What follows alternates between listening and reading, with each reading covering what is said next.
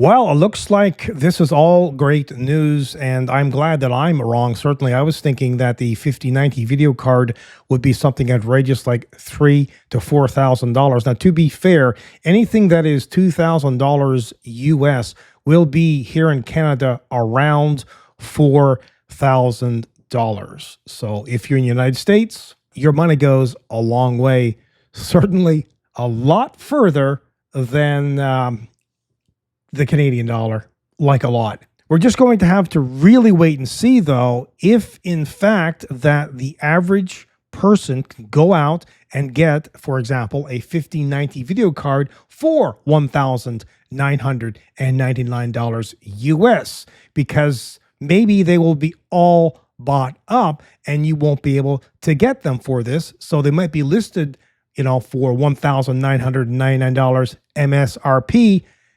Well, if companies get them and they decide, they're in high demand, so let's jack the prices up, because MSRP is one thing, but the actual cost, and if there's huge demand for these, then they're going to be more than $2,000. So keep that in mind as well. All right, so let's go through the pricing on these. The Nvidia RTX 5090 is $1,999 US. The 5080 is half that at $999 US. And this is a very interesting fact. The 5080 is actually the same price as the RTX 4080 Super.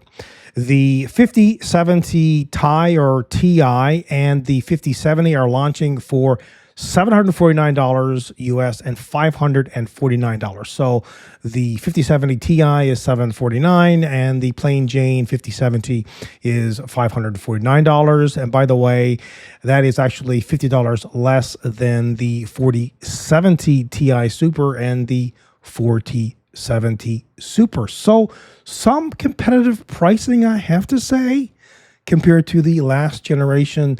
And this is good to see. It's still expensive, but it's not completely bonkers. I will provide the link to this article in the YouTube description down below. Please remember to go over here and check it out. But if you look at some of the specs here, if comparing the 5090 to the 4090 and the 5080 to the 4080, you can kind of get an overview of, I guess, how it's going to perform, all things considered. And if you look at, for example, the 4090, the CUDA cores and the boost clock and the memory, as well as the memory bandwidth and all, the 5090 looks extremely impressive. It has a lot of CUDA cores. It is very, very fast. And most importantly here, bandwidth is going to be insane because of the GDDR7 memory that they are using. So I am really looking forward to some of the reviews that will be out there on these video cards all across the board. From the 5070 upwards. I'm really interested, to be honest, in the 5080 and specifically the 5090 video card to see how much better it's going to perform over the 4090. And as always, I encourage you to subscribe, like, share, and of course, comment.